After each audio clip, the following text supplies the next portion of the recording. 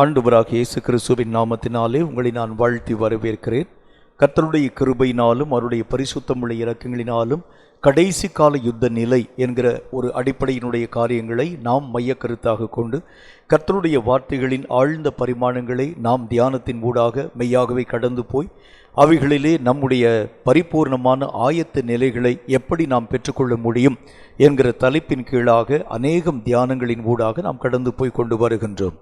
கர்த்தராகிய தேவன் நமக்கு சொன்னார், கடைசி கால யுத்தம் என்கிறது நீங்களும் நானும் நினைக்கிறதை போல சாதாரணமான பரிமாணங்களுக்கு உட்படுத்தப்பட்ட ஒரு காரியம் அல்ல.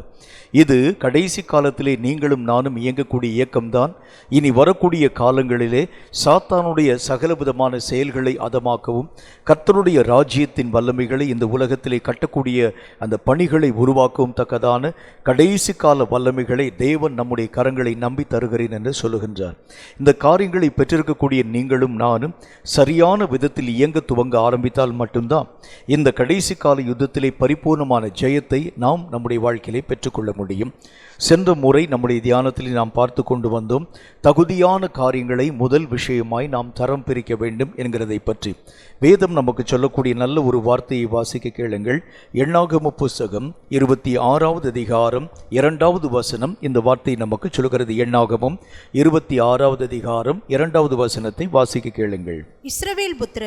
இஸ்ரவேல் புத்திரரின் சமஸ்த சபையாரையும் அவர்கள் பிதாக்களுடைய வம்சத்தின்படி அவர்களுடைய பிதாக்களுடைய வம்சங்களின்படி 20 வயது முதல் அதற்கு மேற்பட்ட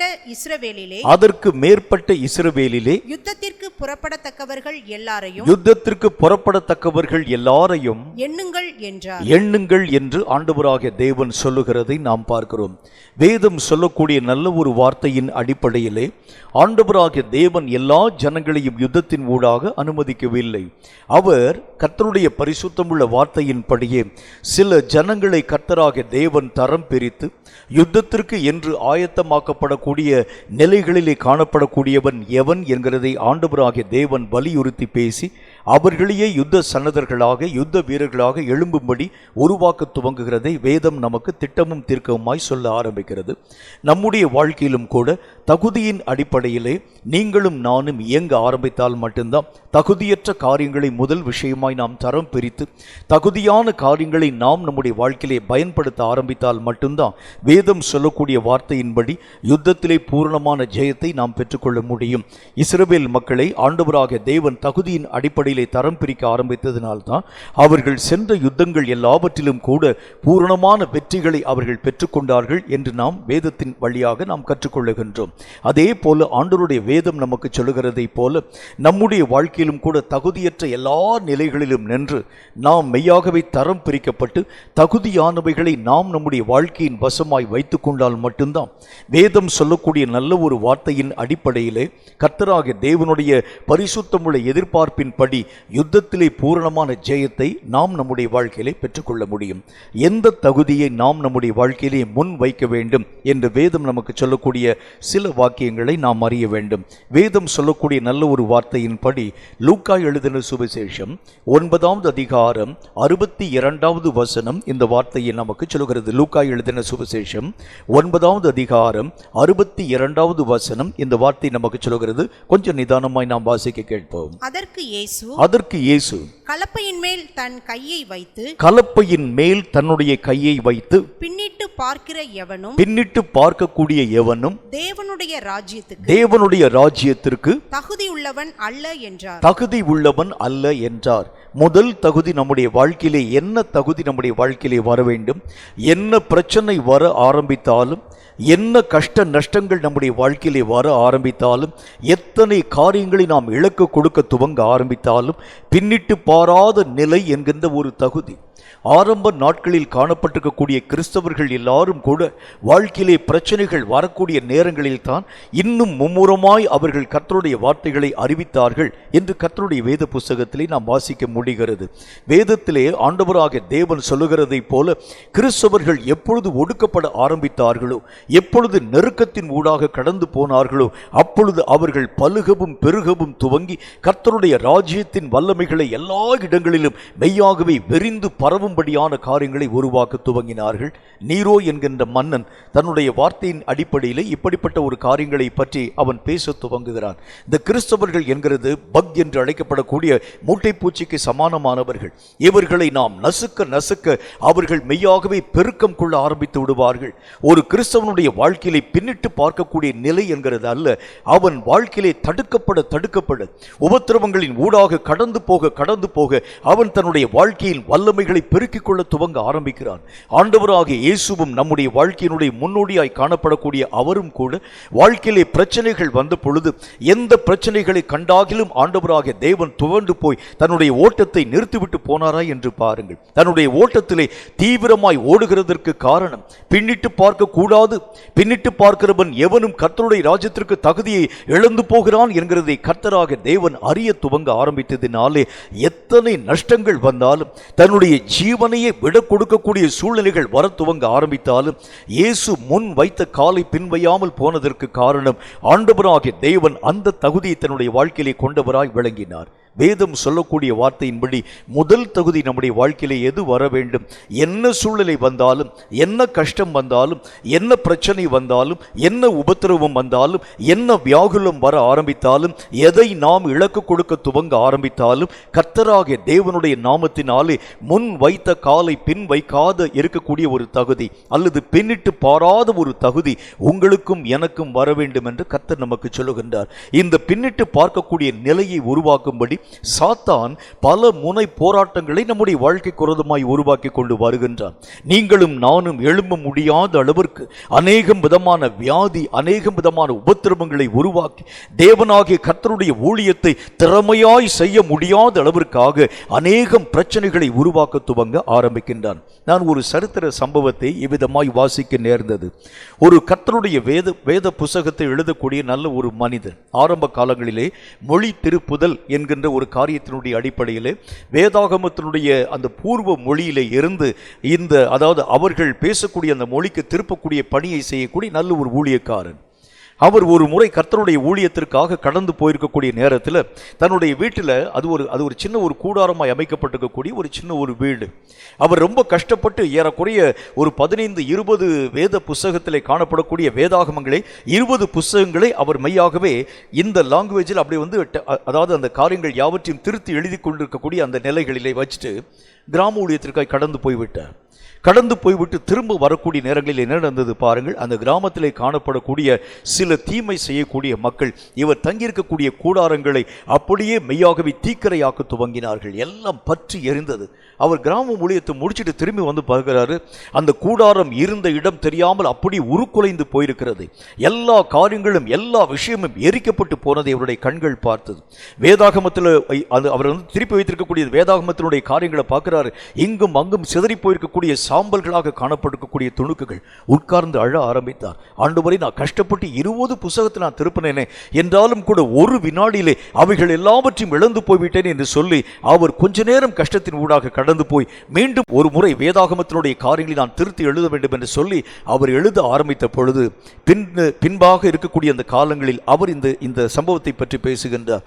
நான் முன்பு எழுதின நிலையிலே அப்படி வேதாகமம் திருத்தப்பட்டிருக்கிறது உண்டானால் நிறைய பிழைகளோடு கூட அந்த வேதாகமம் வெளிப்படுத்தப்பட ஆரம்பித்திருக்கும். ஆனால் கர்த்தராகிய தேவன் அந்த கூடாரங்களை அழிக்கும்படியாக அநேகம் ஜனங்களை அனுப்பின பொழுது முதல்ல அது கஷ்டமாக இருந்தது.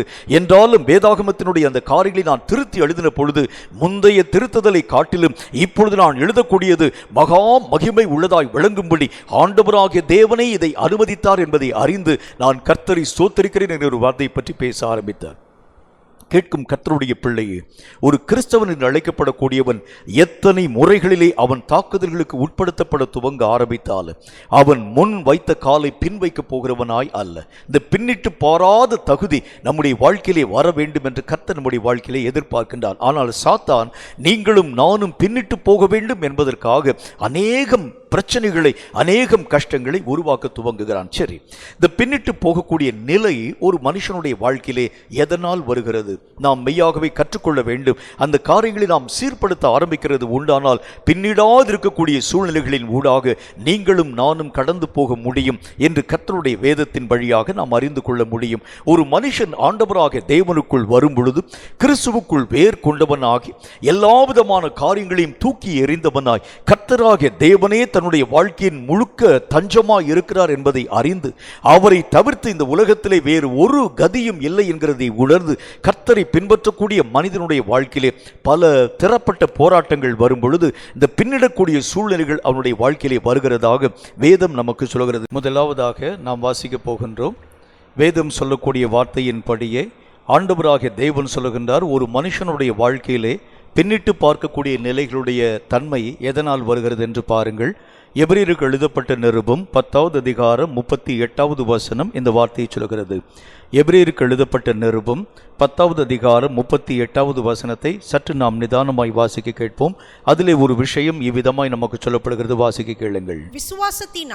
விசுவாசத்தினாலே நீதிமான் பிழைப்பான், நீதிமான் பிழைப்பான், பின்வாங்கி போவானே ஆனால் அவன் மேல் என் ஆத்துமா பிரியமாயிராது, என் ஆத்துமா பிரியமாயிராது. கர்த்தருடைய வேதம் சொல்லக்கூடிய வார்த்தையின்படி ஒரு மனுஷனுடைய வாழ்க்கையிலே வரக்கூடிய விசுவாசமற்ற நிலை பின்மாற்றங்களின் நிலைகளை உருவாக்க துவங்குகிறது. வேத புஸ்தகத்தில் நாம் வாசிக்கிறோம், ஆண்டவராகிய தேவன் பேரில் வைக்கக்கூடிய விசுவாசம் அது உறுதியான நிலைகளிலே காண்பிக்கப்படக்கூடிய நேரங்களில் தான் ஒரு மனிதன் ஆண்டவராகிய தேவனுக்குள் தன்னுடைய வாழ்க்கையின் ஆழ்ந்த விஷயங்களை புரிந்து கொள்ளுகின்றான். நிலைவரமாய் நிற்க துவங்க ஆரம்பிக்கின்றான். பின்னிட்டு பாராதிருக்கக்கூடிய நிலையின் ஊடாக அவன் கர்த்தராகிய தேவனை உறுதியாய் பற்றி கொள்ளக்கூடிய மனம் உள்ளவனாய் காண்பிக்கப்படுகின்றான். ஒரு மனிதனுடைய ஆவிக்குரிய நிலைகளிலே காணப்படக்கூடிய விசுவாச மாற்றங்கள் அல்லது விசுவாசமற்ற நிலை அல்லது விசுவாசத்தில் ஏற்படக்கூடிய தளர்வுகள், இது ஒரு மனுஷனுடைய ஆவிக்குரிய வாழ்க்கையினுடைய நிலைகளிலே பின்மாற்றத்தின் தன்மைகளை உருவாக்க துவங்குகிறது. ஆகவேதான் கர்த்தர் சொல்லுகின்றார், இந்த விசுவாசத்தின் அடிப்படையின் மத்தியிலே கொண்டுதான் ஒரு மனிதன் ஆண்டவராகிய தேவனுக்குள் நிலைத்து நிற்க முடியும். அவன் நிற்கிறதும் நில்லாமல் போகிறதும் அவன் கர்த்தராகிய தேவன் பேரில் வைக்கக்கூடிய விசுவாசத்தின் அளவை பொறுத்தே காண்பிக்கப்படுகிறது என்று கர்த்தருடைய வேதத்தில் பார்க்கின்றோம். இந்த விசுவாசமற்ற நிலை நம்முடைய வாழ்க்கையிலே வருகிறதின் காரணம் என்ன? நான் கர்த்தராகிய தேவனுக்குள் வரும் பொழுது நல்ல நிலையில் ஆண்டவராகிய தேவனை நம்பி நான் கடந்து வருகின்றேன்.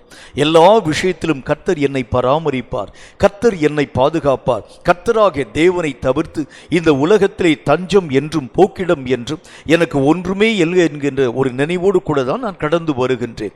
என்றாலும் கூட பாதி வழியிலே வரக்கூடிய நேரத்தில் என்னை அறியாத இந்த விசுவாசமற்ற சூழ்நிலை எனக்குள் உருவாக்கப்பட துவங்க ஆரம்பிக்கும் பொழுது கர்த்தராகிய தேவனை விட்டு விலகும் ஒரு மனிதனாக நான் மாற்றமடைகின்றேன். இந்த விசுவாசம் மற்ற சூழ்நிலை வருகிறதற்கு காரணம் என்ன? ரட்சிக்கப்படக்கூடிய நேரங்களிலே விசுவாசம் என்கிறது கர்த்தராகிய தேவனால் தோற்றுவிக்கப்படுகிறதா? உண்மைதான். ஆண்டவராகிய தேவனுடைய வேதம் சொல்கிறது, விசுவாசத்தை துவக்குகிறவரும் முடிக்கிறவருமாய் இருக்கிறவர் என்று கர்த்தருடைய வேத புத்தகத்தில் வாசிக்கிறோம். ஒரு மனிதன் ரட்சிப்பினுடைய வல்லமையான காரியங்களை பெறும் பொழுது கர்த்தராகிய தேவன் தரக்கூடிய விசுவாசத்தின் வல்லமைகளை பெற்றவனாகவே அவன் தன்னுடைய ஆவிக்குரிய ஓட்டத்தினுடைய நிலைகளின் ஊடாக கடந்து வர துவங்குகின்றான். என்றாலும் கூட இந்த விசுவாசமற்ற நிலைகள் வருகிறதற்கு காரணம் என்ன என்று சில காரணங்களை ஆழமான விஷயத்தில் நாம் வாசிக்க போகிறோம். முதலாவது காரணமாக வேதம் சொல்லக்கூடிய வார்த்தையின்படி மத்தேயு எழுதின சுவிசேஷம் 14வது அதிகாரம் 31வது வசனம் இந்த வார்த்தையை சொல்கிறது. மத்தேயு 14:31 சற்று நிதானமாய் வாசிக்க கேளுங்கள். உடனே இயேசு கையை நீட்டி அவனை பிடித்து அற்ப விசுவாசியே நீ ஏன் சந்தேகப்பட்டாய் என்றார். கர்த்தருடைய வேதத்திலே நாம் வாசிக்கின்றோம் ஒரு நல்ல ஒரு சம்பவம்.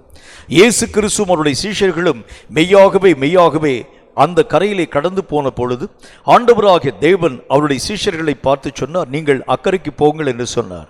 திடீரென்று சொல்லி நடு இரவு நேரம் வரக்கூடிய நேரத்திலே இயேசு சமுத்திரத்திலே ஏறி நடந்து வரக்கூடிய அந்த நிலைகளை கண்ட சீஷர்கள் ஆவேசம் என்று கதற துவங்கினார்கள். உடனே இயேசு அவர்களை பார்த்து சொன்னார், நான் தான், நீங்கள் பயப்படாதீர்கள் என்கிற ஒரு வார்த்தையை பற்றி பேசினார். சீமோன் என்கின்ற மனிதன் இயேசுவை பார்த்து சொல்லுகின்றான், ஆண்டவரே நீரையாக இருக்கிறது உண்டானால் நான் உம்மிடத்திலே இந்த சமுத்திரத்திலே இறங்கி நடந்து வர நீர் எனக்கு உத்தரவு தர வேண்டும். உடனே ஆண்டவர் சொல்லுகின்றார், நீ இறங்கி நடந்து வா என்று சொல்லுகின்றார். சீமோன் இறங்கி நடந்து வருகின்றார். வருகின்றான். எந்த பிடிதானமும் இல்லாத ஒரு நிலை, சமுத்திரத்தின் அலைகள் எல்லாம் அவனுடைய கால்களுக்கு கீழாக கொந்தளிக்கக்கூடிய ஒரு நிலை. அவன் நீச்சல் அடிக்காமல் அந்த சமுத்திரத்தின் மேலே, அந்த அலைகளின் மேலே கால் பரவாமல் நடந்து வரக்கூடிய நிலைகளை கண்ட மாத்திரத்தில் அவனை அறியாத ஒரு பய உணர்வு உருவாக்கப்பட்டதினாலே, அந்த அமானுஷ்யமான அந்த நிலைகளை அவனால் புரிந்து கொள்ள முடியாமல் போக ஆரம்பித்ததினாலே அவன் பயமடைந்து நீருக்குள் மூழ்க துவங்கினான். ஐயரே, என்னை காப்பாற்றும் என்று சொல்லி கர்த்தராகிய தேவனை நோக்கி அவன் சத்தமிட்ட பொழுது இயேசு அவனுடைய கரங்களை பிடித்து தூக்கி, அற்ப விசுவாசியை நீ ஏன் சந்தேகப்பட்டாய் என்கிற ஒரு வார்த்தையை பற்றி பேசுகின்றார். ஒரு மனிதனுடைய வாழ்க்கையிலே விசுவாசம் என்கிறது நிலைவரமாய் காணப்படக்கூடிய ஒன்று. எந்த பிரச்சனையும் இல்லாது இருக்கக்கூடிய வரைக்கும் கர்த்தராகிய தேவன் மேல் உறுதியாய் காணப்படக்கூடிய நீயும் நானும் வாழ்க்கையிலே சூழ்நிலைகளிலே சில விஷயங்களிலே காணப்படக்கூடிய பிரச்சனைகள் வரக்கூடிய நேரங்களிலே நம்மை அறியாமல் விசுவாசங்களை இழந்து தபிக்க துவங்க ஆரம்பிச்சிடும். பொல்லாத சாத்தான் இந்த விசுவாசத்தை நீ இழக்கிறது உண்டானால் கர்த்தராகிய தேவனை விட்டு பின்னிட்டு போய்விடுவாய் என்கிறது பிசாசுக்கு தெரியக்கூடிய ஒரு சூழ்நிலைகளாக இருக்க ஆரம்பிக்கிறதுனால இந்த அவிசுவாசத்தை கெடுக்கும் அல்லது அந்த அவிசுவாசத்தை உருவாக்கும், விசுவாசத்தை கெடுக்கும் அநேகம் ஏதுக்களை இந்த பொல்லாத பிசாசு உங்களுக்கும் எனக்கும் விரோதமாய் உருவாக்க ஆரம்பிக்கின்றார். ஆரம்ப நாட்களிலே ஆண்டவராகிய தேவனால் பயன்படுத்தப்பட்டிருக்கக்கூடிய அநேகம் கர்த்தருடைய பிள்ளைகளின் வாழ்க்கையின் நிலைகளை பாருங்கள். அவர்கள் எல்லாரும் கர்த்தராகிய தேவனை சார்ந்து வரத்துவங்க ஆரம்பிச்சாங்க. என்றாலும் கூட வாழ்க்கையிலே பாதி வழிகளிலே அவர்கள் பின்னிட்டு போகிறதற்கு காரணம் என்ன தெரியுமா?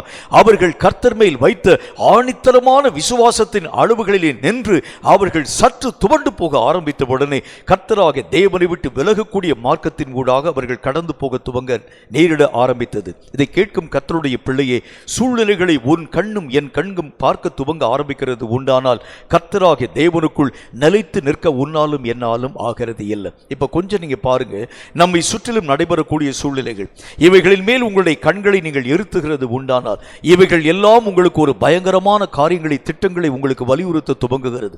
இனி உன்னால் ஊழியம் என்கிறது செய்யக்கூடிய ஒரு காரியங்கள் அல்ல. இந்த ஊழியம் என்கிறது சாத்தியமாக்கப்படாத ஒரு விஷயம். எல்லா இடங்களும் அடைக்கப்பட்டிருக்கக்கூடிய ஒரு வாசல். இனி திறந்த வாசல்கள் உன்னுடைய வாழ்க்கையை நடுவிலே கடந்து வருகிறது இல்லை. எல்லா விதமான அந்த சூழ்நிலைகள் எல்லாம் அடைக்கப்பட்டிருக்கிறதுனாலே இனி உன்னுடைய வழிகள் எல்லாம் திறப்படாத, மெய்யாகவே திறக்கப்பட முடியாத நிலைகளின் ஊடாக நீ அடைக்கப்பட்ட ஒரு மனிதனாய் காணப்பட்டு விடுவாய். சூழ்நிலைகள் எல்லாம் நமக்கு சொல்கிறது. வெளிப்பக்கத்திலே நாம் பார்க்க நேருகிறது உண்டானால் அநேகம் விதமான கொள்ளை நோய் கிருமிகளினால் வரக்கூடிய பிரச்சனை, இயற்கையின் மூலமாய் வரக்கூடிய தீவினைகள், சூழ்நிலைகள் எல்லாம் உன்னையும் என்னையும் பயமுறுத்தக்கூடிய காரியங்களை உருவாக்கக்கூடிய இந்த காரியம்தான் ஒரு மனுஷனுடைய விசுவாசத்திலே தளர்வுகளை தோற்றுவிக்க ஆரம்பித்து விடுகிறது. கர்த்தர் நமக்கு சொல்லக்கூடிய நல்ல ஒரு வார்த்தையின்படி தளர்வு இல்லாத ஒரு விசுவாசம் உங்கள் வாழ்க்கையிலும் என் வாழ்க்கையிலும் வர வேண்டும் என்று சொன்னால் வேதத்திலே ஆண்டவர் நமக்கு சொல்லுகின்றார், சூழ்நிலைகளை எந்த விஷயத்திலும் உன் கண்களும் என் கண்களும் நோக்கி பார்க்க கூடாது. வேதத்தில் நல்ல ஒரு எக்ஸாம்பிள் உங்களுக்கு சொல்றேன் பாருங்க. ஆண்டவராக இயேசுவை பிடிக்கும்படிக்காக ஏரோது என்கின்ற மன்னன் வகை தேடுகிறான் என்கிறதை பற்றி ஆண்டவராக இயேசுவுக்கு அநேகம் விதமான சீஷர்களின் வழியான செவிவழி செய்தியான காரியங்கள் அறிவிக்கப்பட்டது. ஆண்டவரே, இனி நீர் வெளியே நடமாட முடியாத அளவிற்காக, வெளியரங்கமாய் ஊழியங்களை செய்ய முடியாது இருக்கக்கூடிய அளவிற்காக ஏரோது என்கிறவன் உம்முடைய ஊழியத்தை தடுக்கக்கூடிய காரியங்களை உருவாக்க போகின்றான். உம்மை கொலை செய்யும்படி அவன் வகை தேட ஆரம்பிக்கின்றான். இயேசு அதை கேட்டு எவ்வளவு பயம் கொள்ளவே இல்லை. சூழ்நிலைகளை பற்றிதான அச்ச உணர்வு இயேசுனுடைய மன நிலைகளிலே காணப்படவே இல்லை. ஆண்டவராகிய தேவன் அவர்கள் சொன்ன அந்த வார்த்தைகளுக்கு மாறுத்தரமாய் ஒரு காரியங்களை பேச ஆரம்பிக்கிறார். அவர் சொல்லுகின்றார், இந்த இஸ்ரவேலின் எல்லைகளிலே எங்கும் ஒரு நீதிமானுடைய இரத்தமும் சிந்தப்படுகிறது இல்லை என்று அந்த நரிக்கு போய் சொல்லுங்கள். எப்படி தைரியமான ஒரு வார்த்தையை பேச முடிந்தது? காரணம், சூழ்நிலைகள் ஒரு மனிதனை மாற்றக்கூடிய ஒரு காரியமாய் அல்ல. கர்த்தருடைய வேதம் சொல்கிறதை போல சூழ்நிலைகளையே மேற்கொள்ளும் அதிகாரத்தை தேவன் உனக்கும் எனக்கும் தந்திருக்கிறேன் என்று சொல்லுகின்றார். நீயும் நானும் சூழ்நிலைகளை ஆளும் ஆளுகை செய்யும்படிக்காக உருவாக்கப்பட்டிருக்கக்கூடிய தேவனுடைய சந்ததி. சூழ்நிலைகள் உன்னை கண்டு பயப்பட வேண்டுமே தவிர நீயும் நானும் சூழ்நிலைகளை கண்டு பயம் கொள்ளக்கூடாது. சூழ்நிலைகளை எதிர்க்கும்படியாகவே, சூழ்நிலைகளை ஜெயிக்கும்படியாகவே விசுவாசத்தில் வல்லமை உள்ளவனாய் கர்த்தர் உன்னையும் என்னையும் இருத்தி வைத்திருக்கிறார். சூழ்நிலைகள் எந்த காரியங்களையும் தடுக்க முடிகிறது இல்லை. கடல்கள் மெய்யாகவே கடந்து வர ஆரம்பித்தாலும் கடலை பிளக்கும் வல்லமை உனக்கும் எனக்கும் உள்ளது. செங்கடலை கண்டு இஸ்ரவேல் மக்கள் பயந்தார்களா என்று பாருங்கள். அந்த கடல் வழி மறிக்கக்கூடிய நேரம், பின்பதாக பார்வோனுடைய படைகள் சூழக்கூடிய நேரம், இஸ்ரவேல் மக்கள் எல்லா விதமான மக்களும் துவண்டு போனாங்க. மோசே என்கின்ற மனிதனை பார்த்து முறுமுறுக்க துவங்கினார்கள். எங்களை வனாந்திர வெளியிலே கொன்று போடும்படிக்காகவா இப்படிப்பட்ட அடைக்கப்பட்ட நிலைகளிலே கொண்டு வந்து நிறுத்தினீர்கள்? கர்த்தராகிய தேவனை நோக்கி மோசே முறையிட ஆரம்பித்தார். ஜனங்கள் எல்லாரும் எனக்கு விரோதமான வார்த்தைகளை பேசி கல்லறியும்படிக்காய் வருகிறார்கள். ஆண்டவரே, நான் என்ன செய்யட்டும்? ஆண்டவராகிய தேவன் மோசேயை பார்த்து சொன்னார், சூழ்நிலைகளை ஜெயிக்க பிறந்தவன் தானே மோசே, நீ சூழ்நிலைகளை கடக்கும்படி உருவாக்கப்பட்டவன் தானே. நீ இனி ஏன் என்னை நோக்கி முறையிட வேண்டும்? உன் கையில் இருக்கக்கூடிய கோலை நீட்டி கடலை இரண்டாய் பிளந்து விடு. இது எப்படி சாத்தியம்? எப்படி சாத்தியம்? கர்த்தர் சொன்னார். அந்த வார்த்தையின்படி கைகளிலே காணப்படக்கூடிய கோல்கள் நீட்டப்பட்டது. வேதம் சொல்லக்கூடிய வார்த்தையின்படி கடல் இரண்டாய் பிளவுபட துவங்கிற்று. இன்றைக்கு காணப்படக்கூடிய சூழ்நிலைகளை பிளக்க உன்னாலும் என்னாலும் ஆகும். சூழ்நிலைகளை தகர்ந்து ஒளிய பண்ண நீயும் நானும் அதிகாரம் பெற்றிருக்கிறோம் என்று கர்த்தர் நமக்கு சொல்லுகின்றார். கேட்கும் கர்த்தருடைய பிள்ளையே, சூழ்நிலைகள் உன்னையும் என்னையும் பயம் கொள்ள செய்யக்கூடாது. சாத்தான் சூழ்நிலைகளை காண்பித்து உன்னையும் என்னையும் பயம் கொள்ளும்படியான காரியங்களை உருவாக்க துவங்குகிறான்.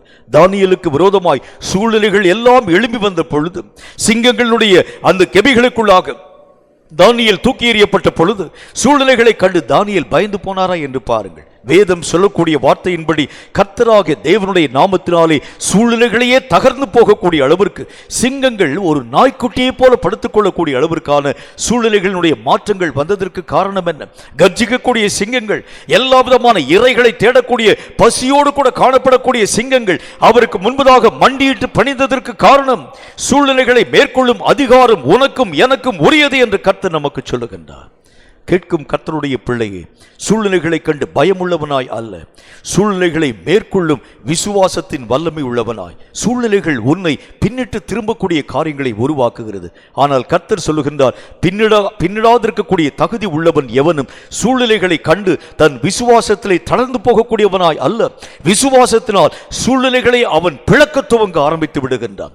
சூழ்நிலைகளை அவன் மாறுபட துவங்க ஆரம்பித்து விடுகின்றான். இயற்கையினுடைய தன்மைகளை அவன் மாற்றமுறை செயல்பட துவங்க ஆரம்பித்து விடுகின்றான். ஒரு எலியாவினுடைய காலங்களிலே அடைக்கப்பட்ட வானத்தை திறந்தது எது?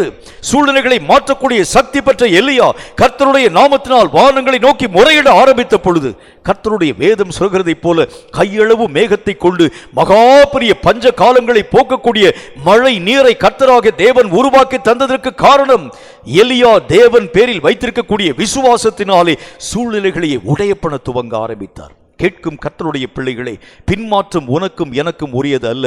பின்மாற வேண்டியவன் சாத்தானை தவிர நீயும் நானும் அல்ல. உன்னையும் என்னையும் விசுவாசத்திலே உறுதிப்பட வைத்திருக்கக்கூடிய கர்த்தரின் நாமத்தினாலே எதையும் சாதிக்க உன்னாலும் என்னாலும் ஆகும். எந்த காரியங்களை மேற்கொள்ள உனக்கும் எனக்கும் அதிகாரம் உண்டு என்று கர்த்தர் நமக்கு சொல்லுகின்றார். இரண்டாவது காரியங்களை பாருங்கள். வேதம் சொல்லக்கூடிய நல்ல ஒரு வார்த்தையின்படி ஒரு மனிதனுடைய வாழ்க்கையிலே பின்மாற்றத்தின் நிலை என்கிறது எப்பொழுது வருகிறது என்று கொஞ்சம் நிதானமாய் வாசிக்க கேளுங்கள். யோவான் எழுதின சுவிசேஷம் 6வது அதிகாரம் 34 முதல் 36 வரை, அதே 6வது அதிகாரம் 41, 42 ஆகிய வசனங்களையும் வாசிங்க. யோவான் 6வது அதிகாரம் 34 முதல் 36 வரை, 41, 42 ஆகிய வசனங்களையும் வாசிக்க கேளுங்கள். அப்பொழுது அவர்கள் அவரை நோக்கி ஆண்டவரே, இந்த அப்பத்தை எப்பொழுதும் எங்களுக்கு தர வேண்டும் என்றார்கள். எப்பொழுதும் நீர் எங்களுக்கு தர வேண்டும் என்றார்கள். இயேசு அவர்களை நோக்கி ஜீவ அப்பம் நானே. என்னிடத்திலே வரக்கூடியவன் ஒரு காலம் பசியடையான், ஒரு காலத்திலும் அவன் பசியடைய மாட்டான். என்னிடத்திலே விசுவாசமாய் இருக்கிறவன் ஒரு காலம் தாகமடையான், ஒரு காலத்திலும் தாகமடைய மாட்டான். நீங்கள் என்னை நீங்கள் கண்டிருந்த பொழுதிலும் விசுவாசிக்காமல் இருக்கிறீர்கள் என்று நான் உங்களுக்கு சொன்னேன். கர்த்தருடைய வேதம் சொல்லக்கூடிய அடுத்த ஒரு வார்த்தையை பாருங்கள். யோவான் 6வது அதிகாரம் 41, 42 வாசிக்க கேளுங்கள். நான் வானத்திலிருந்து வந்த அப்பம் என்று அவர் சொன்னது நிமித்தம் யூதர்கள் அவரை குறித்து முறுமுறுத்து இவன் யோசேப்பின் குமாரனாகிய இயேசு அல்லவா இவனுடைய தகப்பனையும் தாயையும் நாம் அறிந்திருக்கிறோமே. அப்படி இருக்க நான் வானத்தில் இருந்து இறங்கி வந்தேன் என்று இவன் எப்படி சொல்லுகிறான் என்றார்கள். ஒரு மனிதன் ஆண்டவராகிய தேவனை அறியக்கூடிய அறிவை இழக்கும் பொழுது அவன் விசுவாசத்திலே துவண்டு போக துவங்குகின்றான். ஆண்டவர் சொல்லுகின்றார், வானத்திலிருந்து இறங்கி வந்திருக்கக்கூடிய ஜீவ அப்பம் நான் தான். இந்த அப்பத்தை புசிக்கிறவன் ஒரு காலத்திலும் மெய்யாகவே பசியடைய மாட்டான். சீஷர்கள் கேட்கிறாங்க, அந்த அப்பத்தை எங்களுக்கு தாங்க ஆண்டவரே, மெய்யாகவே ஒரு காலத்திலும் பசியே எங்களுடைய வாழ்க்கையிலே வராதிருக்கக்கூடிய அந்த அப்பம், தாகமே இருக்காதிருக்கக்கூடிய அந்த நிலை நாங்கள் எங்களுடைய வாழ்க்கையிலே பெற்றுக்கொள்ள வேண்டும். நான் உங்கள் நடுவிலே கடந்து வந்திருந்த பொழுதிலும் கூட இன்னும் நீங்கள் என்னை உணராதிருக்கிறது எப்படி? வானத்திலிருந்து இறங்கி வந்திருக்கக்கூடிய ஜீவ அப்பம் நான் தான் என்கிறதை பற்றி அவர் சீஷர்களோடு கூட பேச ஆரம்பித்தார். என்னை உட்கொள்ளக்கூடியவனுக்கு பசியும் தாகமும் வருகிறது இல்லை என்கிறதை பற்றி கர்த்தர் பேச ஆரம்பித்தார். எனக்குள் ஒரு மனிதன் எல்லா காரியங்களையும் சுதந்திர விதமாய் பெற்றுக்கொள்கிறான் என்கிறதை பற்றி கர்த்தர் பேசினார். புரிஞ்சுக்கிற முடியல. அவங்க சொன்னாங்க, இயேசுவை அறியக்கூடிய அறிவிலே அவர்கள் குறைவுபட ஆரம்பிக்க துவங்கி இருக்கக்கூடிய மக்களாய் இருக்கக்கூடிய ஒரு மக்களாய் காணப்பட்டதுனால வேதம் சொல்லக்கூடிய நல்ல ஒரு வார்த்தையின்படி இயேசுவை குறித்து அவர்கள் சந்தேகம் கொள்ள ஆரம்பிச்சாங்க. இவனுடைய தாயும் சகோதரியும் தகப்பனும் இங்கேதான் இருக்கிறார்கள், ஆனால் வானத்திலிருந்து இறங்கி வந்திருக்கிறேன் என்கிறதை பற்றி இவன் சொல்லுகிறது எப்படி என்கிறதை பற்றி சீஷர்கள் அவரை அறியாமல் இருக்கக்கூடிய ஒரு மக்களாய் காண்பிக்கப்பட ஆரம்பித்ததினாலே இயேசுவை முறுமுறுக்க துவங்க ஆரம்பித்தார்கள். வேதம் சொல்லக்கூடிய வார்த்தையின்படி ஒரு மனுஷனுடைய வாழ்க்கையிலே அவிசுவாசம் அல்லது விசுவாச குறைவு அல்லது பின்னிட்டு போகக்கூடிய நிலை எப்பொழுது உருவாக்கப்படுகிறது? இயேசுவை அறியக்கூடிய வண்ணம் நீயும் நானும் அறியாதிருக்கக்கூடிய அந்த நிலையிலான் தான். இந்த நிலை நம்முடைய வாழ்க்கையில் இருக்கக்கூடிய வரைக்கும் இயேசுவின் காரியங்களை திட்டமாய் உன்னாலும் என்னாலும் புரிந்து கொள்ள முடியாது. இயேசுனுடைய தன்மைகளை தீர்க்கமாய் உன்னாலும் என்னாலும் விளங்கிக் கொள்ள முடியாது. அவர் எதை பேசுகிறார், அவர் எதை சொல்லுகிறார், அவர் எதை என்னிடத்தில் எதிர்பார்க்கின்றார், என்ன காரியமாகும்படி அவர் என்னை அனுமதிக்கின்றார், நான் என்ன காரியமாகும்படி உருவாக்கப்பட்டிருக்கிறேன், உன்னாலும் என்னாலும் விளங்கிக் கொள்ளாமல் இருக்கக்கூடிய அந்த சூழ்நிலைகளின் நிமித்தமாக ஆண்டவராக தேவனை உணரக்கூடிய உணர்வை இழக்க ஆரம்பிக்கிறதுனாலே கர்த்தரை விட்டு நாம் விலகி ஈஸியா நம்ம கடந்து போக ஆரம்பிச்சிடும். சாத்தானுக்கு அதுதான் தேவை. கர்த்தரை அறிய வேண்டிய பிரகாரம் நீயும் நானும் அறிந்துவிடக் கூடாது.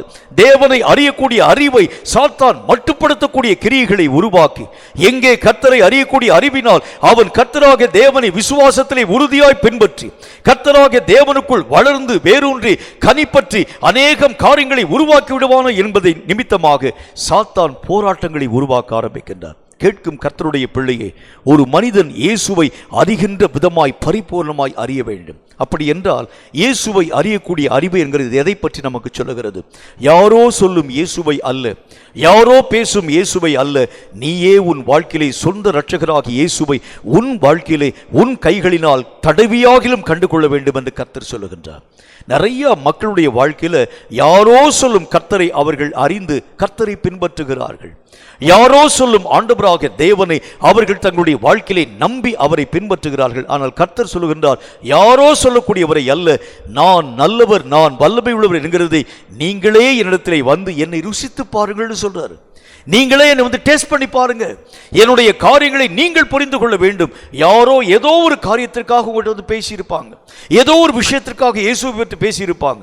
ஆரம்ப நாட்களிலே சுவிசேஷத்தை அறிவிக்கும்படி வந்த அநேகம் விதமான வெளிநாட்டை சார்ந்து இருக்கக்கூடிய மக்கள் எல்லாரும் ஆண்டவராகிய தேவனை அறிவிக்கிறதற்கு முன்பதாக இந்திய நாடு மகா பெரிய பட்டினியும் பஞ்சமும் நிறைந்த ஒரு நாடு என்பதை அறிய துவங்கினார்கள்.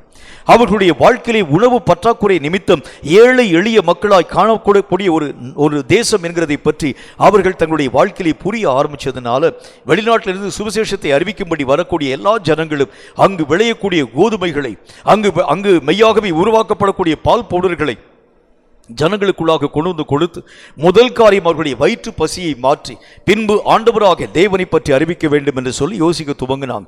இந்த காரியத்தினுடைய அடிப்படையில் ஆரம்ப நாட்கள் நான் சொல்கிறது அநேக வருடங்களுக்கு முன்பதாக அநேகம் விதமான வெளிநாட்டை சார்ந்திருக்கக்கூடிய மக்கள் அங்கிருந்து அங்கு காணப்படக்கூடிய விளையக்கூடிய கோதுமைகளையும் பால் பவுடர்களையும் ஏற்றுமதி பண்ணி இந்திய நாட்டுக்குள்ளாக கொண்டு வந்து கொடுத்து ஏழை எளிய மக்களுக்கெல்லாம் வயிறார சாப்பாட்டை கொடுத்துட்டு பின்பு இயேசுவை பற்றி பிரசங்கம் பண்ண ஆரம்பிச்சாங்க. அப்பொழுது அந்த ஜனங்கள் கண்டுகொண்ட இயேசு எப்படிப்பட்டவராய் இருந்தார். இயேசு என்று சொன்னால் நமக்கு தேவையான சாப்பாட்டையும் பாலையும் கொடுப்பார். அப்படித்தான் அவங்களுடைய மனசுல புரிஞ்சுக்கிற ஆரம்பிச்ச அந்த காரியங்களை அவங்க விளங்கிக் கொள்ள ஆரம்பித்தார்கள். வேதம் சொல்லக்கூடிய வார்த்தையின்படி இயேசு என்கிறவர் சரீரத்திற்கு உரியவர் மட்டுமல்ல, உன் ஆவிக்குரிய வாழ்க்கைக்கும் உரியவர் என்கிறதை நீ உன்னுடைய வாழ்க்கையிலே தனிப்பட்ட விதத்திலே புரிந்து கொள்ள ஆரம்பித்தால் மட்டும்தான் இவைகளை நீ உன்னுடைய வாழ்க்கையிலே எளிதாய் விளங்கிக் கொள்ள முடியும். கர்த்தருடைய வேதம் சொல்லக்கூடிய வார்த்தையின்படி இந்த இயேசுவை அறியாமல் போக ஆரம்பிக்கிறனால தான் அநேகம் அவிசுவாசம் வாழ்க்கையிலே உருவாக்கப்படுகிறது. அநேகம் பின்மாற்றமான நிலைகள் நம்முடைய வாழ்க்கையிலே வருகிறதற்கு காரணம் இயேசு கிறிஸ்துவை அறிய வேண்டிய பிரகாரம் நாம் அறியாமல் போக துவங்குகின்றோம். அங்கு காணப்படக்கூடிய சீஷர்கள் வானத்திலிருந்து இறங்கி வந்திருக்கக்கூடிய அப்பம் அவர்தான் என்கிறதை பக்கத்தில் இருக்கக்கூடிய இயேசுவை பார்த்தாலும் அவர்களால் மெய்யாகவே புரிந்து கொள்ள முடியல. எங்களுக்கு அந்த அப்பத்தை தாங்கன்னு கேட்கிறாங்க.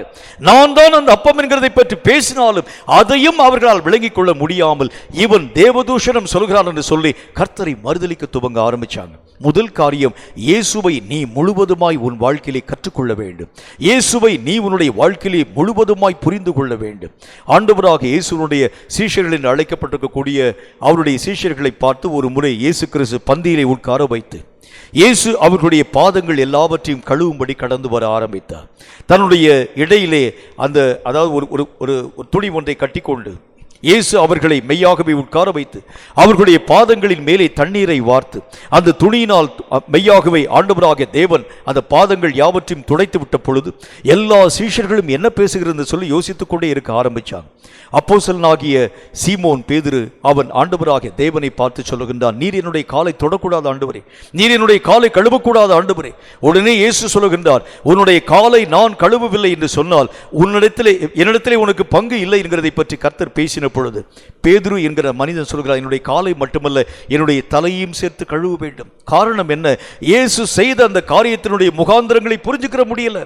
அவர் எதற்காக இந்த காரியங்களை செய்கின்றார், எதற்காக இந்த காரியங்களை சொல்கிறார்? கடைசியில் இறுதியில் சொல்லுகின்றார், ஆண்டவர் என்றும் தேவன் என்றும் மனுஷகுமாரன் என்றும் அழைக்கப்படக்கூடிய நானே, எஜமான் என்றும் அழைக்கப்படக்கூடிய நானே உங்களுக்கு சேவகம் செய்கிறது உண்டானால் நீங்களும் ஒருவரின் கால்களை ஒருவர் கழுவ கடவீர்கள். இந்த காரியங்களை வலியுறுத்தும் முகாந்திரமாய் கர்த்தர் செய்யக்கூடிய காரியங்களை கூட உங்களால் புரிஞ்சுக்க முடியல. இயேசுவினுடைய காரியங்களை புரிந்து கொள்ள முடியாதிருக்கக்கூடிய உன்னாலும் என்னாலும் இயேசுவின் சத்தத்தை எப்படி விளங்கிக் கொள்ள முடியும்? இயேசு எதற்காக உன்னையும் என்னையும் அழைத்திருக்கிறார் என்கின்ற அந்த தாற்பயமான காரியங்களை எப்படி உன்னாலும் என்னாலும் புரிந்து கொள்ள முடியும்?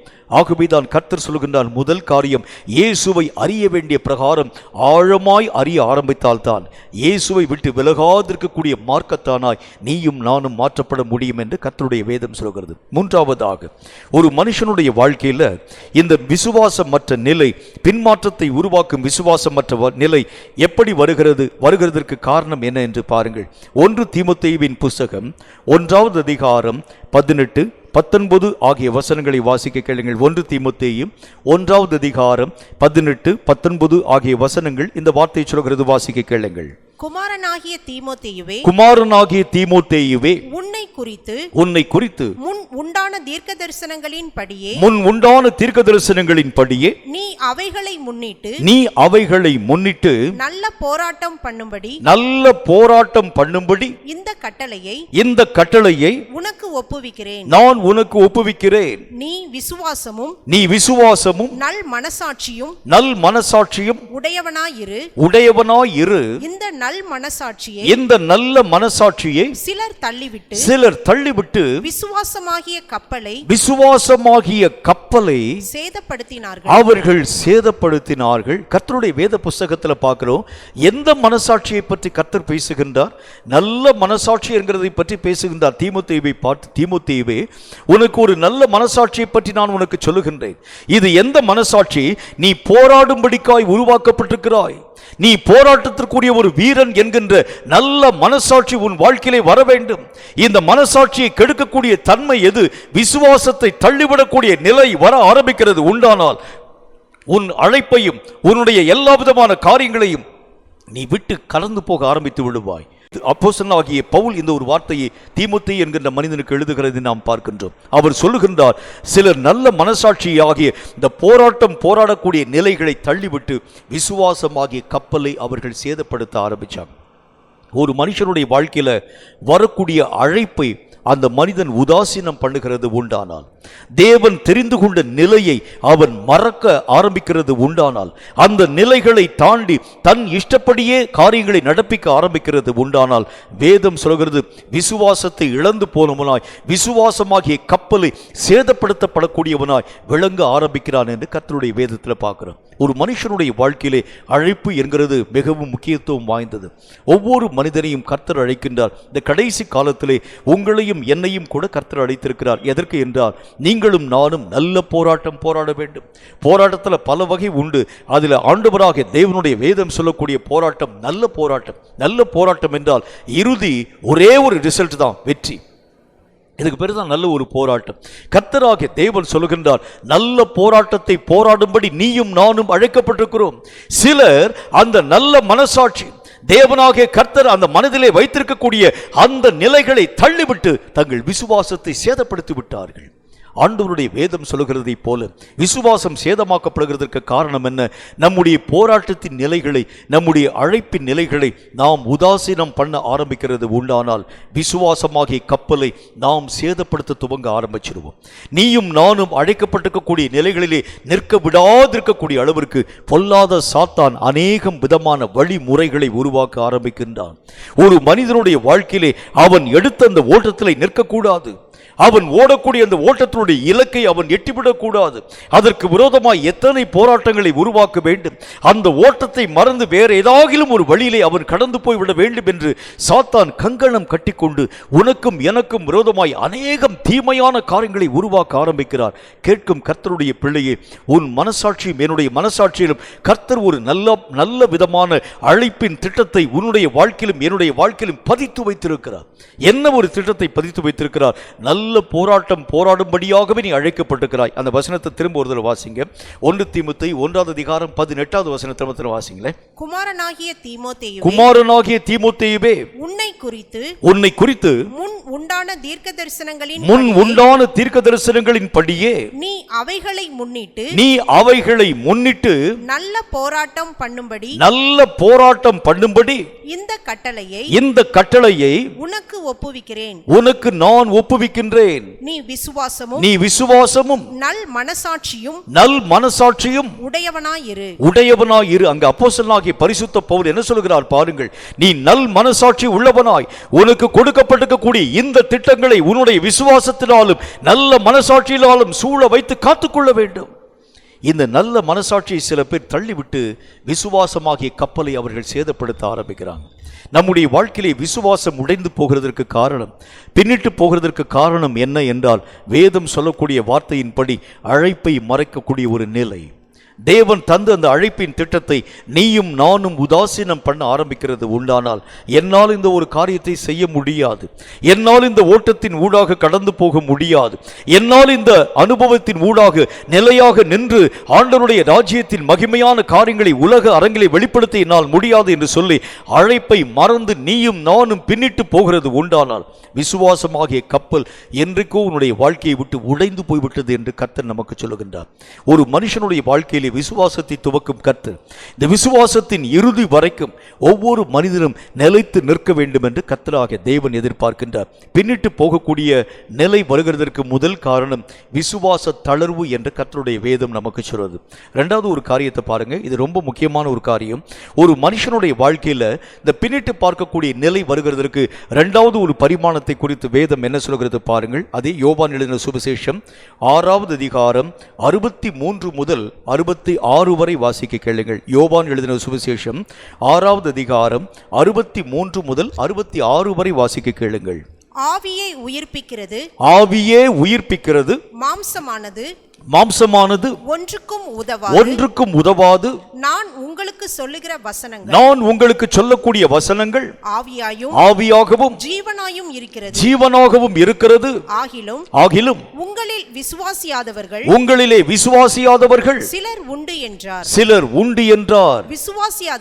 விசுவாசியாதவர்கள் இன்னார் என்றும் தம்மை காட்டிக் கொடுக்கக்கூடியவன் இன்னான் என்றும் ஆதி முதலாக இயேசு அறிந்திருந்தபடியினால் அவர் பின்னும் ஒருவன் என் பிதாவின் அருளை பெறாவிட்டால், ஒருவன் என்னுடைய பிதாவாகிய தேவனுடைய அருளை பெறாவிட்டால் என்னிடத்திற்கு வரமாட்டான் என்று இது நிமித்தமே நான் உங்களுக்கு சொன்னேன் என்றார். தொடர்ந்து வாசிங்க. அது முதல் அவருடைய சீஷரில் அநேகர் அவரோடு கூட நடவாமல் பின்வாங்கி போனார்கள். அவர்கள் பின்னிட்டு போக ஆரம்பித்தார்கள். பின்னிட்டு போகிறதற்கு இரண்டாவது காரணம் என்ன சொல்கிறது பாருங்கள். அவர் சொல்லக்கூடிய வார்த்தை ஆவியிலே நடத்தப்படக்கூடிய ஒரு நிலையை பற்றி கர்த்தராகிய தேவன் பேசுகின்றார். மாம்சம் ஒன்றுக்கும் உதவாது. மாம்சத்திலே நீங்களும் நானும் நினைவு கூறக்கூடிய வைராகியம், மாம்சத்திலே நீங்களும் நானும் இயக்கக்கூடிய நிலைகள், மாம்சத்திலே நீங்களும் நானும் எடுக்கக்கூடிய தீர்மானங்கள், மாம்சத்திலே நீங்களும் நானும் ஓடக்கூடிய ஓட்டங்கள், எவைகள் எல்லாம் ஒன்றுக்கும் உதவ போகிறது இல்லை. ஆவியினால் செய்யப்படக்கூடிய காரியங்கள் தான் ஆண்டவராகிய தேவனால் நினைவு கூறப்பட போகிறது. கர்த்தராகிய தேவன் சொல்லுகின்றார், இந்த வார்த்தைகளை அநேக மக்கள், நான் இப்ப பேசிட்டு இருக்கக்கூடிய வார்த்தைகளை நிறைய பேர் நீங்க விசுவாசிக்கல. கர்த்தர் அவர்களை பார்த்து பேசின பொழுது ஜனங்கள், அதை கேட்ட ஜனங்கள் சொன்னாங்க, இந்த வார்த்தைகளை எப்படி நாங்கள் விசுவாசிக்க முடியும் என்று சொல்லி கேட்டு அநேகர் ஆண்டவராகிய தேவனுடைய காரியங்களை விட்டு எழறி பின்னிட்டு போக ஆரம்பிச்சாங்க. ஒரு மனுஷனுடைய வாழ்க்கையிலே ஆவியினுடைய நிலைதான் முக்கியம் என்கிறதை நீங்களும் நானும் முதல் காரியம் புரிந்து கொள்ள வேண்டும். மாம்சத்தினால் எதை நீங்கள் தீர்மானிக்க ஆரம்பித்தாலும், மாம்சத்தினால் எந்த காரியங்களின் ஊடாக நீங்கள் கடந்து போக ஆரம்பித்தாலும், மாம்சீகமாக எத்தனை விதமான விஷயங்களை நீங்களும் நானும் ஆலோசனையின் ஊடாக கடந்து போகும்படியான காரியங்களை தீர்மானமாய் திட்டமிட துவங்க ஆரம்பித்தாலும் அவைகள் என்றாம் தேவனுடைய ராஜ்யத்திற்கு பக்கத்திலே கூட போய் எட்டுகிறது இல்லை. ஆண்டவருடைய வேதம் சொல்கிறதை போல ஆவியினால் செய்யப்படக்கூடிய ஒவ்வொரு விஷயம்தான் ஆண்டவராகிய தேவனுடைய ஆதீனத்தை சென்று அடையக்கூடிய வல்லமை பெற்றது. இதை அந்த மக்களால் புரிஞ்சுக்க முடியல. ஆவியினால் இயக்கப்படக்கூடிய சத்தியங்களை அவங்களால விளங்கிக் கொள்ள முடியல. உடனே அவர்கள் சொன்னார்கள், இந்த உபதேசத்தை யார் ஏற்றுக்கொள்ள முடியும்? இயேசுவை விட்டு அவர்கள் மெய்யாகவே விலகி பின்னிட்டு போக ஆரம்பிச்சாங்க. இன்றைக்கு நான் உங்களுக்கு ஒரு நல்ல ஒரு சத்தியத்தை பற்றி நான் பேச போகின்றேன். ஒவ்வொரு மனுஷனுடைய வாழ்க்கையிலும் இத்தனை நாள் ஒருவேளை நீங்கள் மாம்சீக பிரகாரமாக இயங்கி இருக்கக்கூடிய காலங்களின் ஊடாக போயிருக்கலாம். ஆனால் இன்று முதல் கர்த்தர் உங்களுக்கும் எனக்கும் ஒரு காரியத்தை சொல்லுகின்றார். ஆவியினால் இயக்கப்படக்கூடிய விஷயம்தான் தேவனுடைய ராஜ்யத்திலே உன்னையும் என்னையும் கொண்டு போய் சேர்க்கக்கூடிய வலிமை பெற்றது ஒன்று. இந்த உலகத்திலே காணப்படும் பொல்லாத சாத்தானின் சத்துவங்களை அதமாக்க வேண்டும் என்று சொன்னால் ஆவியின் பலம், ஆவியின் வல்லமை, ஆவியின் கிருபை, ஆவியின் எழுப்புதல் உனக்குள்ளும் எனக்குள்ளும் பற்றி எரிய வேண்டும் என்று கர்த்தர் நமக்கு சொல்லுகின்றார். கேட்கும் கர்த்தருடைய பிள்ளையே, ஆவியினால் செய்யப்படக்கூடாத எந்த காரியங்களும் தேவனுடைய ராஜ்யத்தையோ சாத்தானுடைய ராஜ்யத்தையோ மெய்யாகவே சென்று எட்டுகிறதே இல்லை. ஆவியினால் இயக்கப்படக்கூடிய சத்துவங்கள் தான் ரெண்டு ராஜ்யங்களையும் சென்று சந்திக்க துவங்குகிறது. இதை அந்த காலத்திலே காணப்படக்கூடிய மக்கள் மட்டுமல்ல, இந்த காலத்தில் காணப்படக்கூடிய மக்களும் மெய்யாகவே விளங்கிக் கொள்ள முடிகிறது இல்லை. ஜெபம் என்கிற பேர்ல மாம்சீக பிரகாரமாய் அநேகம் காரியங்களை ஜெபத்தின் ஊடே பேச ஆரம்பிக்கிறாங்க. ஆண்டவராகிய தேவனுடைய வசனங்களை ஜெபத்தின் மூலமாய் எத்தனை விதமான காரியங்களை மாம்சீக ரீதியாய் தியானிக்க ஆரம்பிக்கிறாங்க. மாம்சீக ரீதியாய் ஓட்டத்தின் ஊடாக கடந்து போக ஆரம்பிக்கிறாங்க. கர்த்தராகிய தேவனுடைய காரியங்களை எப்படிலாம் எல்லைகளை விரிவாக்க வேண்டும், எப்படிலாம் காரியங்களை நடப்பிக்க வேண்டும், மாம்சீகமாய் திட்டமிட ஆரம்பிக்கிறாங்க. வேதம் சொல்கிறது, ஆவிக்குரிய நிலைகளிலே காணப்படக்கூடிய எந்த விஷயத்தையும் மாம்சீக அணுகுமுறையிலே நீயும் நானும் ஆராய்ந்து பார்க்கிறது உண்டானால் உள்ளே ஒரு விஷயத்தையும் முன்னாலும் என்னாலும் புரிந்து கொள்ள முடியாது. கர்த்தரே என்ன சொல்லுகின்றார்? நீ என்னை மாம்சத்தினால் அறிய வேண்டும் என்றால் உன்னாலும் என்னாலும் என் ஆண்டவராகிய தேவனை அறிந்து கொள்ளவே முடியாது என்று சொல்லுகின்றார். தேவனை அறிய வேண்டும் என்று சொன்னாலே ஆவியினுடைய நிலையிலே நீயும் நானும் கடந்து போக வேண்டியது அவசியம். இந்த ஆவிக்குரிய பரிமாண எழுப்புதல் தான் கடைசி கால யுத்தவனுக்குரிய முக்கியமான தகுதி என்று கர்த்தருடைய வேதம் சொல்கிறது. ஆவியிலே எழும்பாதிருந்து மாம்சத்திலே எத்தனை விதமான காரியங்களை ஒரு மனிதன் திறமையாய் செயல்பட ஆரம்பித்தாலும் இறுதியிலே அவன் பின்னிட்டு போகக்கூடிய விளங்க ஆரம்பிச்சிருவான். அந்த நாட்களிலே காணப்பட்ட சீஷர்கள் ஆண்டவராகிய இயேசுவை ஆவிக்குரிய ரீதிக்காக அல்ல, மாம்சீக ரீதிக்காகவே இயேசுவை பின்பற்ற ஆரம்பிச்சாங்க. அவர்களுடைய மாம்சமும் மனதும் இயேசுவை விரும்ப ஆரம்பித்தது. இயேசு கூட இருந்தா நமக்கு எல்லா விதமான காரியங்களும் உடைமைகளும் வர துவங்க ஆரம்பிச்சிடும். நமக்கு தேவையான ஆகாரத்தை தந்துடுவார். இங்கும் அங்கும் கடந்து போகிறது உண்டானால் எல்லா மக்களாலும் வரக்கூடிய மேன்மையை இயேசுவின் மூலமாய் நானும் பெற்றுக்கொள்ள முடியும். மாம்சீகத்தோடு கூட இயேசுவை அணுக ஆரம்பிச்சாங்க. இயேசு அந்த இடத்தில் நிறுத்தி அவர்களை பார்த்து சொன்னால், மாம்சீக அணுகுமுறையினாலே நீங்கள் என்னை அணுக ஆரம்பிக்கிறது உண்டானால் என்னிடத்திலே உங்களுக்கு ஒண்ணுமே இல்லைன்னு சொல்லிட்டாரு. ஆவிக்குரிய ரீதியாக நீங்கள் என்னோடு கூட தொடர்பு கொள்ளும் பொழுதுதான் மேன்மையான காரியங்களை பெற்றுக்கொள்ள முடியும். மாம்சம் ஒன்றுக்கும் உதவாது. ஆவிக்குரிய காரியங்களிலே நடக்கக்கூடிய நடக்கை தான் மெய்யாகவே மேன்மையான காரியங்களை தரும் என்று சொன்ன பொழுது அவர்களால் அந்த காரியங்களை ஏற்றுக்கொள்ள முடியாமல் மாம்சத்திலே பின்பற்றி இருக்கக்கூடிய அநேகம் ஜனங்கள் அது முதல் இயேசுவை பின்பற்றாமல் பின்னிட்டு போக துவங்க ஆரம்பிச்சாங்க. இரண்டாவது காரியம், மாம்சீகம் ஆண்டவராகிய தேவனுடைய காரியங்களை சென்றடைய விடாமல் பின்னிட்டு பார்க்கக்கூடிய நிலையை உன் வாழ்க்கையிலும் என் வாழ்க்கையிலும் உருவாக்க ஆரம்பிச்சிடும். இது என்ன மாம்சீக ரீதியான அணுகுமுறை என்றால் என்ன? ஆண்டவராகிய தேவனுடைய காரியங்களை பற்றி இந்த மாம்சீகமான தன்மைகளிலே நீங்களும் நானும் உணர முடியாது என்கிறதை பற்றி நான் இப்பொழுது பேசிக்கொண்டு வருகின்றேன். மாம்சீக நிலை என்றால் என்ன என்கிறதை சில விஷயங்களை நீங்கள் தெளிவாய் கற்றுக்கொள்ள வேண்டியது அவசியம். முதலாவது காரியமாக 1 கொரிந்தியரின் புஸ்தகம் 2வது அதிகாரம் 11வது வசனம் இந்த வார்த்தையை நமக்கு சொல்கிறது. 1 கொரிந்தியர் 2வது அதிகாரம் 11வது வசனத்தை கொஞ்சம் நிதானமா வாசிக்க கேளுங்க. மனுஷனிலே உள்ள ஆவியே அன்றி மனுஷரில் எவன் மனுஷருக்குரியவைகளை அறிவான். வசனம் என்ன போட்டுக்கு பாருங்க. அப்படி போல ஒரு மனுஷனுடைய வாழ்க்கையிலே உன்னை நீ அறிய வேண்டும் என்றாலே உன் ஆவிதான் உன்னை அறிய முடியுமா? அவர் என்ன சொல்றாரு பாருங்களேன். இதற்கு யாராகிலும் ஒரு மனிதன் உனக்கு சொல்லிக் கொடுக்கணும்னு அவசியம் இல்லை.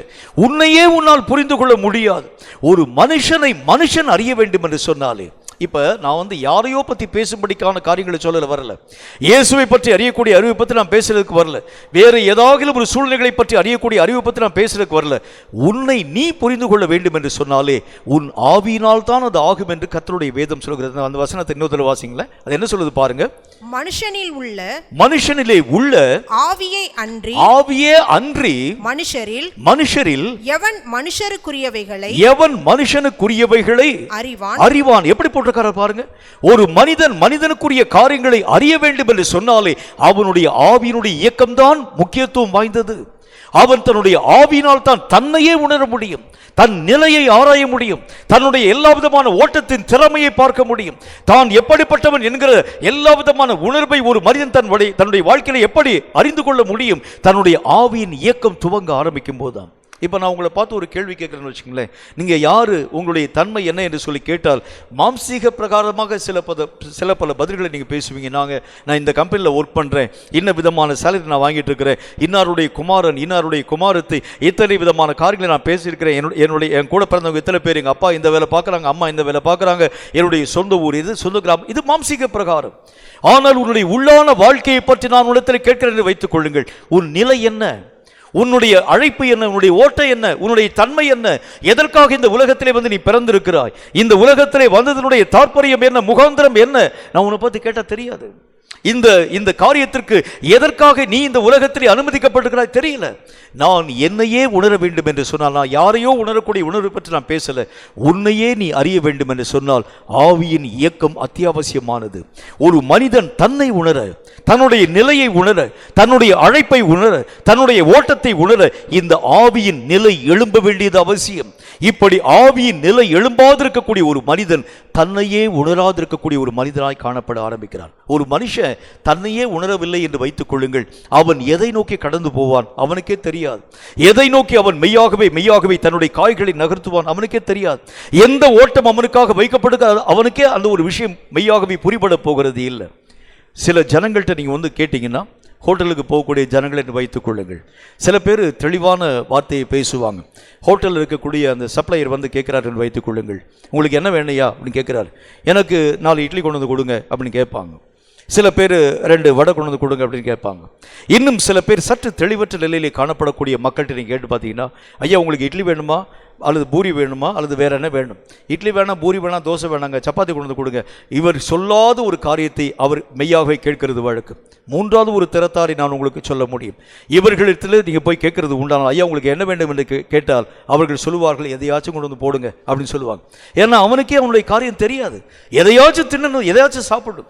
கர்த்தர் சொல்லுகின்றார், ஒரு மனிதன் வந்ததற்கு ஒரு நோக்கம் உண்டு, ஒரு மனிதன் நடக்கிறதுக்கு ஒரு நோக்கம் உண்டு. கர்த்தர் உன்னை இந்த உலகத்தில் அனுமதித்ததற்கு ஒரு நோக்கம் உண்டு. இதை நீயும் நானும் புரிந்து கொள்ள வேண்டும் என்றால் வேதம் சொல்லக்கூடிய வார்த்தையின்படி உன் ஆவியினால் தான் இவைகளை உன்னாலும் என்னாலும் கிரகித்து பார்க்க முடியும்.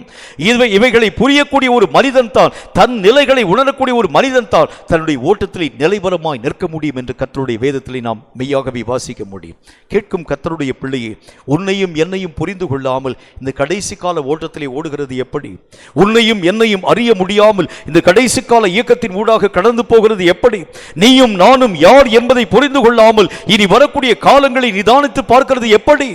ஆகவே உன்னை நீ புரிந்து கொள்ள வேண்டும் என்று சொன்னாலே, உன்னுடைய அழைப்பு, உன்னுடைய ஓட்டம், உன்னுடைய தெளிவான வாழ்க்கையினுடைய தன்மை, இவைகள் எல்லாவற்றுடைய சாரங்களை புரிந்து கொள்ள வேண்டும் என்று சொன்னால் உன் ஆவி எழும்ப வேண்டும் என்று கர்த்தர் நமக்கு சொல்லுகின்றார். ஆவியினுடைய இயக்கம் தான் மிகவும் பிரதானம் வாய்ந்தது. கடைசியாக ஒரே ஒரு காரியத்தை நான் சொல்லி முடிச்சிடறேன். இது ரொம்ப முக்கியத்துவம் வாய்ந்தது. 1 கொரிந்தியரின் புஸ்தகம் 2வது அதிகாரம் 15வது வசனம் என்ன சொல்கிறது என்று பாருங்கள். 1 கொரிந்தியர் 2வது அதிகாரம் 15வது வசனத்தை வாசிக்க கேளுங்கள். ஆவிக்குரியவன் எல்லாவற்றையும் ஆராய்ந்து நிதானிக்கிறான். ஆனாலும் அவன் மற்ற ஒருவனாலும் ஆராய்ந்து நிதானிக்கப்படான். கர்த்தருடைய வேதத்தில் பார்க்கிறோம், ஆவிக்குரியவன் சகல விஷயத்தையும் ஆராய்ந்து நிதானிக்கிறான். நீயும் நானும் ஆவிக்குரியவனாய் காணப்படுகிறது உண்டானால் காலங்களையும் நேரங்களையும் நிதானித்து பார்க்க உன்னால் முடியும். இயேசு கிறிஸ்து சொன்னார், காலங்களையும் நேரங்களையும் நிதானித்து பார்க்க உங்களால் ஆகும் என்கிறதை பற்றி கர்த்தர் பேசினார். ஆண்டவராகிய தேவன் சொல்லக்கூடிய காலங்களை குறித்து எல்லா ஜனங்களும் ஆச்சரியம் கொள்ள ஆரம்பிச்சாங்க. இதோ அந்த மகாபெரிய அந்தகாரமும் இருளும் காரிலும் வரப்போகின்ற காலம் வருகிறது. மகாபெரிய ஒருவனும் நடக்க முடியாத ராக்காலம் வரப்போகிறது. காலங்களை பற்றி கர்த்தர் பேசினார். இனி வரக்கூடிய காலம் எப்படிப்பட்டதா இருக்க போகிறது? மக்கள் தெளிவில்லாத வழிகளிலே நடந்து போக போறாங்க. வழிகளிலே தடுமாற்றம் வரப்போகிறது. காரியங்களிலே பயங்கரமான பிரச்சனைகள் உருவாக்கப்பட போகிறது.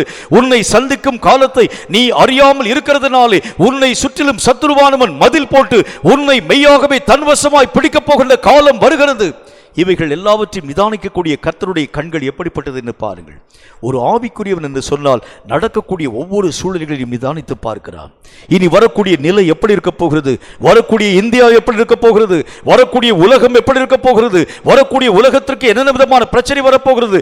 நீயும் நானும் ஆவிக்குரியவனாய் இருக்கிறது உண்டானால் தெளிவாய் இவைகள் யாவற்றையும் புரிந்து கொள்ளக்கூடியவனாய் விளங்க ஆரம்பிக்கிறாய். இப்படிப்பட்ட ஒரு மனிதன் தான் இந்த உலகத்திலே பெரிய காரியங்களை சாதிக்கும் மனிதனாய் உருவாக்கப்படுகிறான்.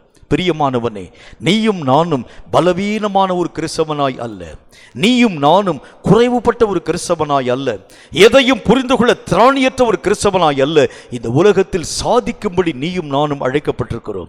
பெரிய காரியங்களை உருவாக்க வேண்டியது உன் கையிலும் என் கையிலும் கொடுக்கப்பட்டிருக்கக்கூடிய பொறுப்பு. இந்த தகுதியை நீ உன்னுடைய வாழ்க்கையிலே பெற்றுக்கொள்கிறது உண்டானால் எது வந்தாலும் என்ன நடந்தாலும் உம்மை நான் விட்டு விலக மாட்டேன் என்று சொல்லக்கூடிய பின்னிட்டு பாராத தகுதி உள்ளவனாய் நீ காணப்படுகிறது உண்டானால் வேதம் சொல்லக்கூடிய நல்ல ஒரு வார்த்தையின்படியே இந்த உலகமே உன்னை நம்பி கடந்து வருகிறதை பார்ப்பாய். இந்த உலகத்திற்கு தேவையான பதில்களை உன்னாலும் என்னாலும் பேச முடியும். இந்த உலகம், தற்போதைய உலகம் பதில்கள் இல்லாமல் திகைத்து போய் நின்று கொண்டிருக்க ஆரம்பிக்கிறது. அடுத்தது என்ன சூழ்நிலை வரப்போகிறது? லாக்டவுன் வரப்போகிறதா? பிரச்சனை வரப்போகிறதா? தொழில்களுடைய நிலைகள் எல்லாம் முடக்கப்பட்டு போக போகிறதா? என்ன சூழ்நிலை வரப்போகிறது? கொரோனாவுடைய விகிதம் அதிகமாக்கப்பட துவங்குகிறது. இதன் மூலமா எத்தனை பேருடைய ஜீவன் அளிக்கப்பட்டு போகிறது? யாருக்கும் அதனுடைய விடை தெரியல. எந்த நேரத்தில் என்ன காரியம் நடக்க போகிறது? அரசியல்வாதிகள்கிட்ட போய் கேட்கறாங்க, தெரியல. அவங்களுக்கு தெரியல. மருத்துவர்கிட்ட போய் கேட்கறாங்க, தெரியல. சயின்டிஸ்ட போய் கேட்கறாங்க, தெரியல. ஜியாலஜிக்கல் படிச்சிருக்கக்கூடிய மக்கள்கிட்ட போய் கேட்கறாங்க, தெரியல. புவியியல் சார்ந்திருக்கக்கூடிய மக்கள்கிட்ட போய் கேட்கறாங்க, தெரியல.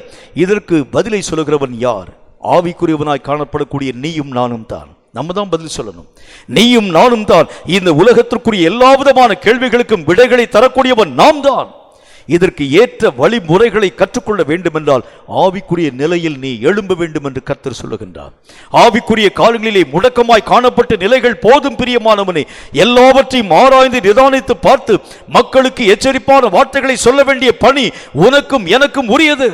அப்போஸ்தலனாகிய பரிசுத்த பவுல் படகிலே கடந்து போகக்கூடிய நேரத்திலே யூரோகிலிதோன் என்று அழைக்கப்படக்கூடிய மகா பெரிய புயல் கொந்தளிப்பு காற்றுகள் அந்த கப்பலின் மேல் மோதின பொழுது ஜனங்கள் எல்லாரும் பயந்து போயிட்டாங்க.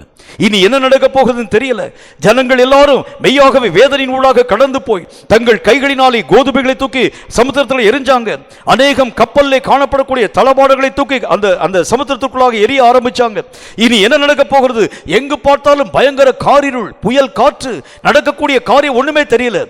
அப்போஸ்தலனாகிய பரிசுத்த பவுல் எழுந்து நின்று வந்து சொல்லுகின்றார், நேற்றைய இரவிலே ஒரு தூதன் ஒருவன் என்னோடு கூட வந்து பேசினார். நான் சேவிக்கும் தேவனாகிய கர்த்தர் சொல்லுகின்றார், உன் நிமித்தம் இந்த ஜனங்களுக்கு நான் தயவு பாராட்டினேன். ஒரு தீவிலே போய் நீங்கள் விழ வேண்டியதா இருக்கும் என்றாலும் எந்த உயிர் சேதமும் இல்லாமல் கப்பல் சேதமே அன்றி உயிர் சேதம் வராது என்று சொல்லி நான் சேவிக்கும் தேவன் எனக்கு சொன்னார். நீதான் பதில் சொல்லணும். அன்றைக்கு ஒரு பவுல் பதில் சொன்னார், வரக்கூடிய அழிவுகளை பற்றி, இந்த காலங்களிலே நடக்கக்கூடிய அழிவுகளை பற்றி பதில் சொல்ல வேண்டியவன் நீயும் நானும். இந்த பதிலை நீயும் நானும் எப்படி சொல்ல முடியும்? ஆவியிலே எழும்பு. ஆவிலே எழும்புகிறவன் தான் பின்னிட்டு பாராத நிலை உள்ளவனாய் காணப்படுகின்றான்.